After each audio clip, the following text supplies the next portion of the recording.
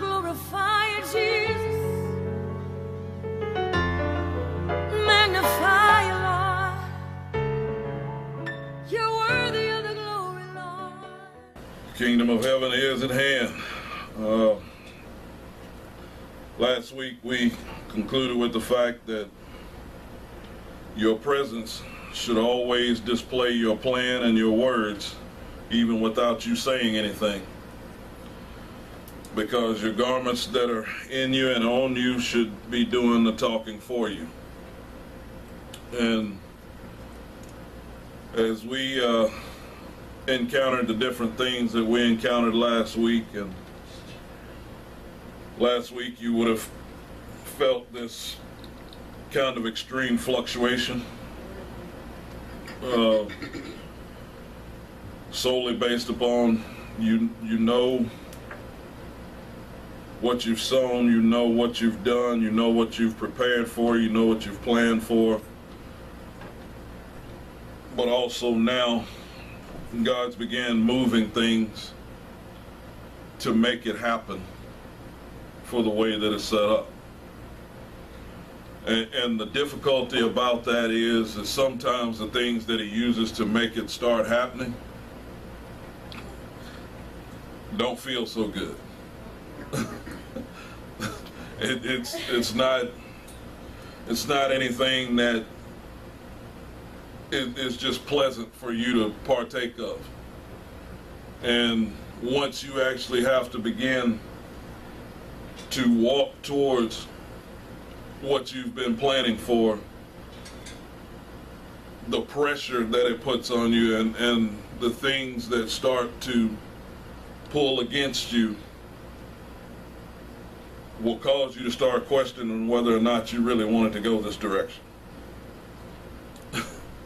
and that's a normal feeling, because the start of anything is usually going to be a type of struggle, because it's brand new. You haven't had it happen like this for you before. You haven't had it going like this for you before. You haven't went this way before. So it's not that you're not trusting God. It's more so a fact of you don't know you yet. So you're trying to fully follow God in your perfected way.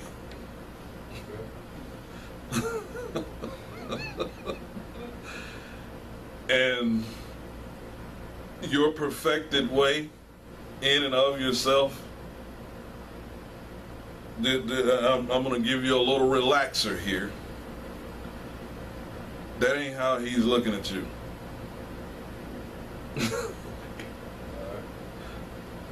If that was how He was looking at us, we'd all be in trouble.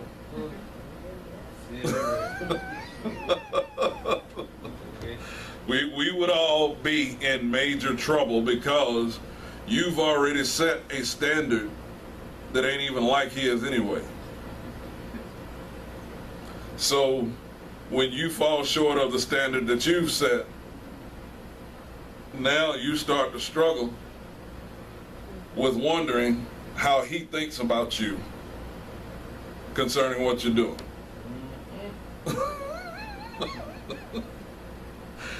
and that's one of the things I wanted you to see out of Isaiah 61.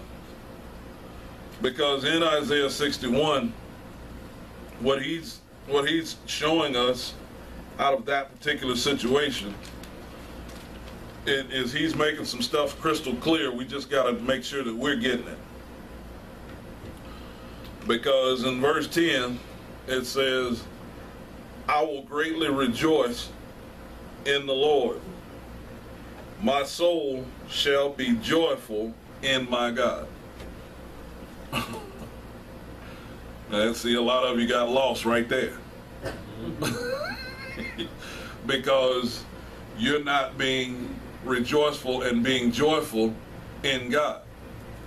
You're basing your joy and your rejoicing, you're basing it upon whether or not you've been successful in what you've put forth as a standard.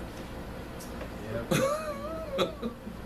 So when you fall short of that standard, now you're allowing that to cut short your joy and rejoicing. And he's saying that ain't the garments I want you to wear. That's not how I want you to be living your life. Because watch this. He goes on and he says, for he hath clothed me with the garments of what? Salvation. He's saying, I've already delivered you from what you're trying to get accomplishments in.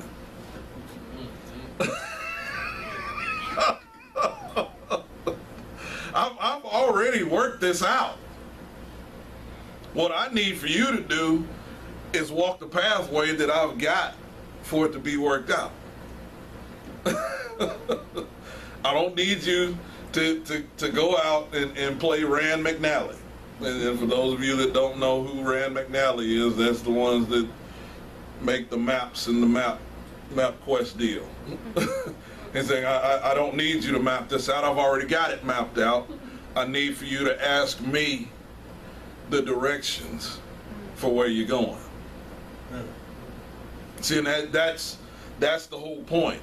Because again, he allows us to determine, watch this, if you want to take his way or the hard way. Now, here's what I need for you to understand about the difference between those two. In both cases, because of who he's chosen you to be, because when you're chosen and you're anointed for something, you can't get out of it. So here's the difference between what I was explaining to you. You're going to get there. The difference is your condition after you get there. See, because what Jonah explains to us is that when you've been chosen for something, even when you try to get out of it, you're still in it.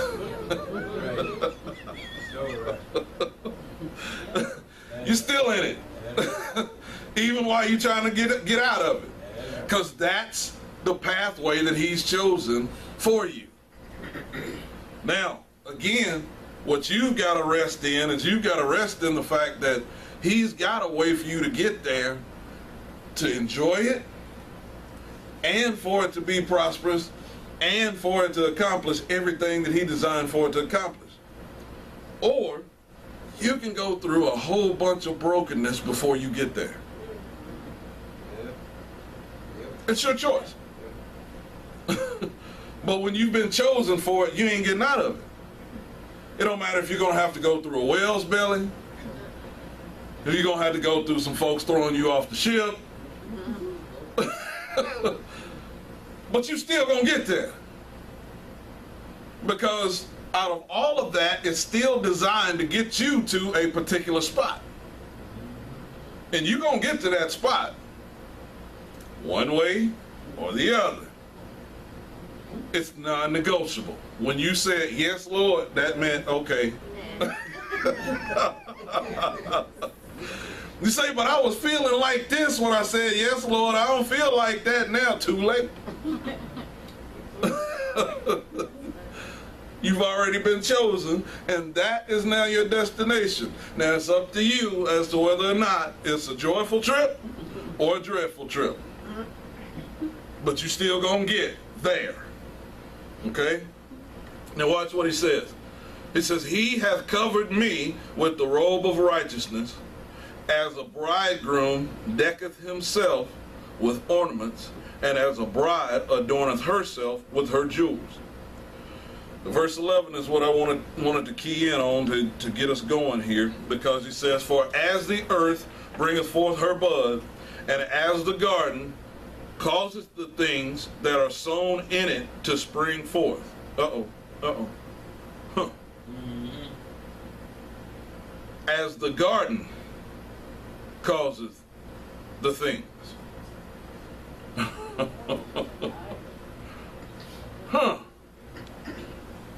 The garden's going to cause it to spring forth. He's saying, the seed that I had you to sow